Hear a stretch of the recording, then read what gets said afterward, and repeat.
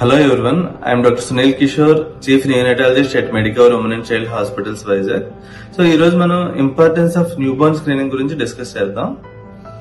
Hearing screening అనేది it is recommended for all babies. ఎందుకంటే కనుక ప్రతి 1000 బేబీస్ లో ఆల్మోస్ట్ 3 to 4 బేబీస్ లో హియరింగ్ లాస్ ఉండడానికి అవకాశం ఉంది.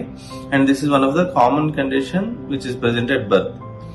అయితే like babies they can't really tell that they have that problem. So వీళ్ళని మనం ఐడెంటిఫై చేయకపోతే కనుక later on they will develop in to speech delay as well as development related problems.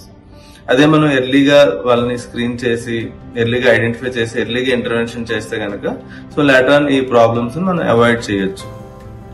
అయితే దీన్ని ఎలా చేయాలి? So there are 2 methods. ఒకటి OAE అంటాము, auto acoustic emissions, and second one is ABR method అంటాం, auditory brain stem evoked response. అయితే OAE method అనేది అందరి బేబీస్ కి రికమెండెడ్ మెథడ్. సో దీంట్లో ఒక స్పెషల్ డివైస్ ఉంటుంది, దాంట్లో మనకి result either pass or refer అని వస్తుంది. ఏబిఆర్ మెథడ్ అనేది యాక్చువల్ గా like certain high risk group of babies, అంటే బాగా ప్రీ మెచ్యూర్ బేబీస్, లేకపోతే బర్త్ అస్ఫిక్సియా అంటాం, అంటే పుట్టినప్పుడు క్రై రాని బేబీస్, లేకపోతే సివియర్ జాండిస్ ఉన్న బేబీస్. సో ఇలాంటి బేబీస్ లో మనం ఏబిఆర్ మెథడ్ అనేది తప్పకుండా చేయాలి. అయితే ఒకసారి పాస్ అని వస్తే result, so that means it is normal. Refer అని వస్తే కనుక యూజువల్ గా వాళ్ళకి ఏంటంటే 4 weeks తర్వాత మళ్ళీ రిపీట్ చేస్తాం.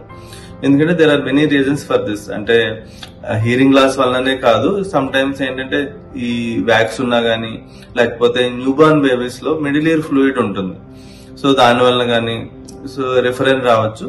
ఒకసారి రిఫరెన్ వస్తే మళ్ళీ దాన్ని రిపీట్ చేసుకుని సబ్సిక్వెంట్ గా డెసిషన్ తీసుకుంటాం. So in our centre we do hearing screen for all babies regularly.